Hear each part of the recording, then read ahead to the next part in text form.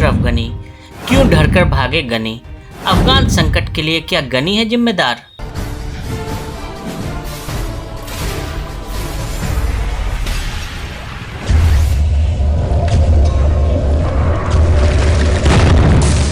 नमस्ते, मैं हूं विनय आकाश और आप देखना शुरू कर चुके हैं प्रभात साक्षी का खास कार्यक्रम मोस्ट लेवल इन्फॉर्मेशन यानी अरमादा। तालिबान के कब्जे के बाद चर्चा का विषय यही रहा कि आखिर अफगानिस्तान हार कैसे गया। जब अफगानिस्तान के लोग अपनी जान बचाकर भाग रहे थे, तब वहां के 72 साल के राष्ट्रपति अशरफ गनी एक प्राइवेट विमान से देश छोड़कर भाग गए। लोग उम्मीद करते थे कि उनके राष्ट्रपति लड़ेंगे, लेकिन रसिया की मीडिया के मुताबिक अशरफ गनी राष्ट्रपति भवन से हेलीकॉप्टर से काबुल एयरपोर्ट पहुंचे और इस हेलीकॉप्टर में उन्होंने भारी मात्रा में कैश रखा हुआ था। सारा पैसा वो हेलीकॉप्टर और गाड़ियों में भरकर ले गए। अशरफ गनी इतना सारा पैसा अपने साथ लेकर पहुंचे थे कि हेलीकॉप्टर और गाड़ियों में भी इतनी जगह नहीं बची कि वो सारा पैसा वहां रखा जा सके। जब वो हवाई जहाज में बैठे तो उन्हें काफ़ी पैसा रनवे पर ही छोड़ देना पड़ा क्योंकि इतनी जगह नहीं बची थी। शुरुआती जीवन। अशरफ गनी के पिता शाह पेशंद थे, माँ काबा लोदीन थी। वो लोदी वंश से। अहमद जदई के दादा 20वीं शताब्दी की शुरुआत में राजा जहीर शाह के पिता राजा मोहम्मद नादिर शाह को सत्ता में लेकर आए। उनके पिता शाह पेशंद राज जहीर शाह के शासन में मंत्री रहे।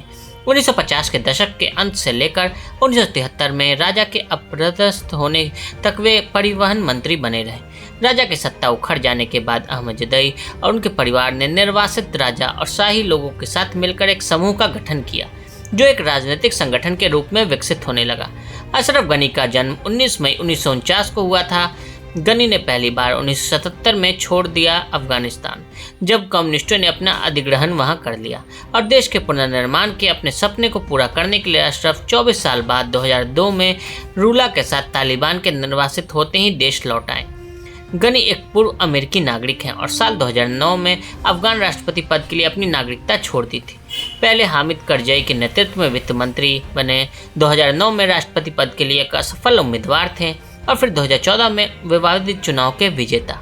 अफगान मूर्ख नहीं थे, उन्हें सिर्फ नौकरी की जरूरत थी। गनी ने 2005 में कहा, स्वभाव से अंतर्राष्ट्रवादी हैं। वे ग्रामीण अमेरिकियों की तुलना में कॉलेज की डिग्री और अधिकांश यूरोपीय लोगों की तुलना में बहुत अधिक परिष्कृत हैं।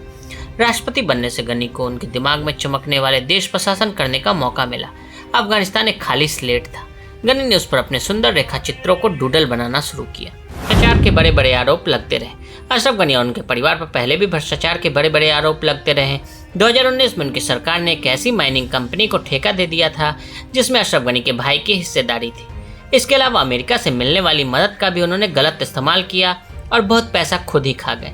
जिस पैसे से सेना को अपग्रेड किया जाना था और हथियार दिए जाने थे, उस पैसे से अशरफ गनी और उनके करीबी लोग ऐश करते रहे। 2014 और 2019 में जब उन्होंने राष्ट्रपति पद का चुनाव लड़ा तो इस दौरान भी उन पर बहुत धांधली के आरोप लगे थे। अशरफ गनी अफगान संकट के लिए जिम्मेदार। गनी ने काबुल पर तालिबान के कब्जे के बाद 15 अगस्त को अफगानिस्तान छोड़ दिया। 2014 में पहली बार राष्ट्रपति बने गनी ने अफगानिस्तान की बागडोर हामिद करजई से ली थी। अशरफ गनी ने युद्ध खत्म करने को अपनी प्राथमिकता तो बनाया, लेकिन ऐसा कर नहीं पाए। 2020 में जब कतर की राजधानी दोहा में शांति प्रक्रिया शुरू हुई तो वे तालिबान से बातचीत करने में संकोच कर रहे थे। गनी को उनके बदलते मूड के लिए जाना जाता है। उनके इन्हीं मूड की वजह से तत्कालीन अमेरिकी राष्ट्रपति डोनाल्ड ट्रंप ने सीधे तालिबान के साथ समझौता कर दिया था। क्यों डरकर भागे गनी? सवाल यह है कि अशरफ गनी को डरने की जरूरत क्या है। दरअसल अशरफ गनी अफगानी भले ही हों, सोच के स्तर पर वो पश्चिमी देशों के करीब रहे हैं। अमेरिका में वो लंबे समय तक अध्ययन और उससे जुड़े दूसरे कार्यों में व्यस्त रहे।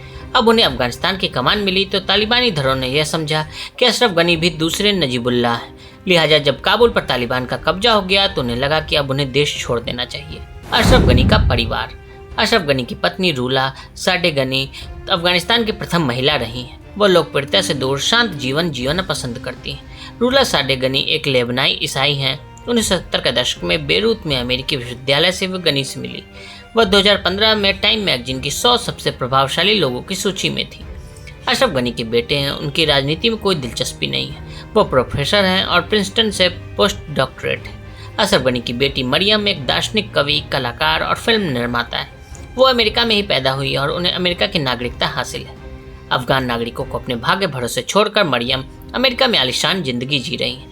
31 जनवरी 1992 को जन्मे सुल्तान गनी हशमत गनी अहमद जदई के बेटे हैं। वह बेहद कम उम्र में ही राजनीति में आ गए। भाई ने तालिबान से मिलाया हाथ। तालिबान को समर्थन देने वाले अशरफ गनी अहमदजदई के भाई हशमत गनी अहमदजदई एक राजनेता हैं। रिपोर्ट के अनुसार हशमत गनी ने तालिबान नेता खलीलुर रहमान और धार्मिक नेता मुफ्ती महमूद जाकिर की उपस्थिति में आतंकवादी समूह के लिए अपने समर्थन की घोषणा की है। आज के लिए दें इजाजत और ऐसी रिपोर्ट्स को देखने के लिए प्रभा साक्षी के साथ लगातार बने रहें। फेसबुक और ट्विटर पर हमें फॉलो करें, यूट्यूब पर प्रभा साक्षी को सब्सक्राइब करें।